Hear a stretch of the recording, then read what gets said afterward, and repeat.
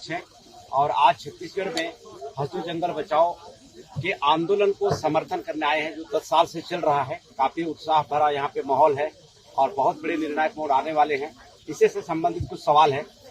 Sir, आदिवासियों के ऊपर पूरे छत्तीसगढ़ में बहुतायत से इनके ऊपर अन्याय अत्याचार किया जा रहा है और भारत देश के जो छत्तीसगढ़ के जो तमाम आदिवासी हैं, राष्ट्रीय आदिवासी एकता परिषद के साथ में मिलके और आपके दिशा निर्देशन में 5वीं अनुसूची का इम्प्लीमेंटेशन में काम करना चाह रहे हैं। सर, इसके संदर्भ में आपसे थोड़ा सा जानकारी इसका लिखित प्रस्ताव अगर हमारे पास भेज दिया जाए तो थोड़ा सा बैठे रहेंगे, समर्थन करेंगे, क्योंकि हम लोग व्यवस्थित करेंगे। चलाना होगा बताइए। इसके बाद जी। सर, अभी जैसे आपके माध्यम से पूरे भारत देश में ईवीएम के मुद्दे को लेकर देशव्यापी जन आंदोलन शुरू हो चुका है सर। तो अभी लोकसभा का चुनाव 1-2 महीने के बाद में होने वाला है। आप ईवीएम के मुद्दे के संदर्भ में हमारे छत्तीसगढ़ के तमाम जो साथी लोग हैं, दर्शक लोग हैं, जो आपके नेशनल इंटरनेशनल में हैं, उनके माध्यम से उनके लिए आप क्या संदेश देना चाहेंगे? चुनाव आयोग ईवीएम को बदलकर बैलेट पेपर पर अगर चुनाव नहीं लाता है तो हम आने वाले चुनाव में उसके लिए ईवीएम मशीन फोड़ने के लिए 15 लाख कमेटियां बना रहे हैं। तो हर बूथ पर हम ईवीएम मशीन फोड़ेंगे। जी। क्योंकि वो संविधान के विरोध में काम कर रहे हैं। तो हम लोग इस वजह से हमारे वोटों की चोरी होगी। वोटों की चोरी करके जो लोग सरकार लाना चाहते हैं हम उनको रोकेंगे। जी।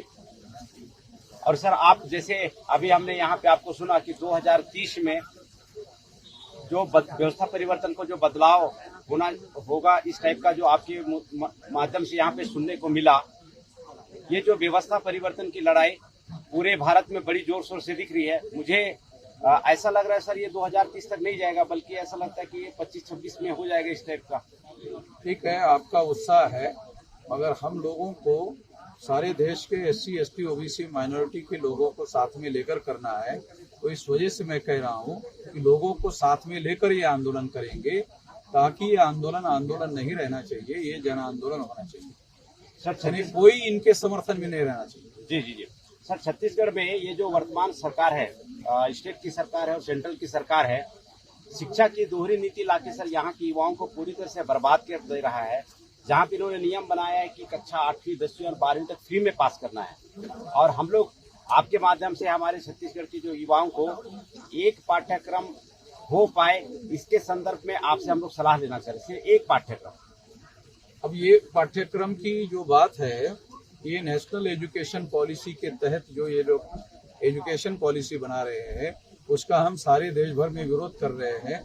उस विरोध में आप लोगों का प्रस्ताव क्या है वो हमारे पास भेजिए, तो उस बात को भी हम ऑल इंडिया में लागू करें।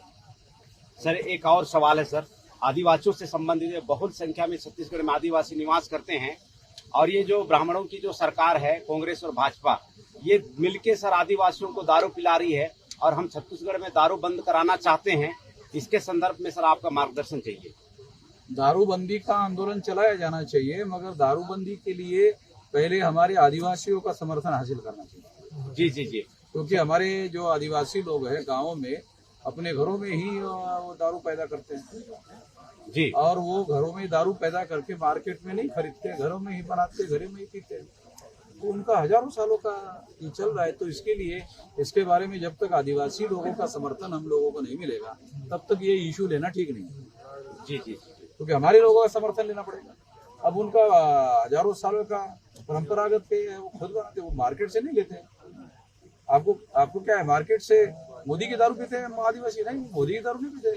आदिवासी तो अपनी ही दारू बनाते हैं, अपनी दारू पीते हैं। महुआ का हाँ, वो काहे की बनाते हैं वो तो उनको मालूम है। सर, ये हसदेव एक चीज की थोड़ी बनाते हो, कई चीजें, उसमें महुआ एक चीज है। सर, हसदेव जंगल बचाओ के समर्थन में सर आप सरकार को, छत्तीसगढ़ की सरकार को 10 दिन का अल्टीमेटम दिए हैं और 10 दिन में आपके डर की वजह से बंद हो जाना चाहिए, क्योंकि डरते बहुत ज्यादा हैं आपको। अगर भाई दबे 10 दिन के बाद में ये जो सरकार है सर, अगर ये ऐसा नहीं करती है तो अगला जो एक्शन है सर वो देखो, पहले तो 22 राज्यों की जो आदिवासी क्षेत्र है ऑल इंडिया में जी, तो ये लोग अभी चुनाव में तो वहाँ प्रचार के लिए जाएंगे, तो उस इलाके में घुसने नहीं देंगे, बंदी कर देंगे। जी। आदिवासी इलाकों में इनकी गाड़ियां घुसेगी नहीं। पूछने नहीं देंगे। जी जी। अभी जैसे फॉर एग्जांपल है आदिवासी का मुख्यमंत्री उन्होंने बनाया, हाँ। तो आदिवासी ने जूते मारा। अब जब मुख्यमंत्री को जूते मारा तो फिर तो और कौन बच गया? कोई नहीं बचा। मुख्यमंत्री से बड़ा तो कोई छत्तीसगढ़ में है नहीं। वो तो मोदी को मैसेज गया होगा, साला मेरे पास भी ऐसा तो नहीं गया, ऐसा मैसेज गया उधर। उन्होंने आदिवासी ने आदिवासियों को नहीं छोड़ा, तो मेरे को कैसे छोड़ा? सर, मुख्यमंत्री विष्णुदेव साय और कथावाचक धीरेन्द्र शास्त्री के ऊपर सर फुलकुरी में 9 तारीख को FIR करने की सूचना दर्ज की गई है और इन्होंने गैर संवैधानिक तरीके से सर आर्टिकल 25 का वायलेंस किया गया था और ये भारत मुक्ति मोर्चा के बैनर पे हुआ है और इस लड़ाई को छत्तीसगढ़ के जो मूल निवासी हैं लड़ना चाहते हैं।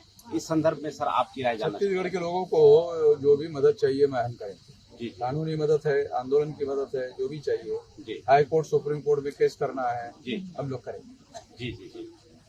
तो मुझे वकील को पैसा नहीं देना पड़ता, मैं तो वकील से चंदा लेता हूँ। वकील मेरे से पैसा नहीं लेता, मैं वकील को दूसरी 10 केस दे देता हूँ। एक केस मुफ्त में लड़ने के लिए बोलता हूँ।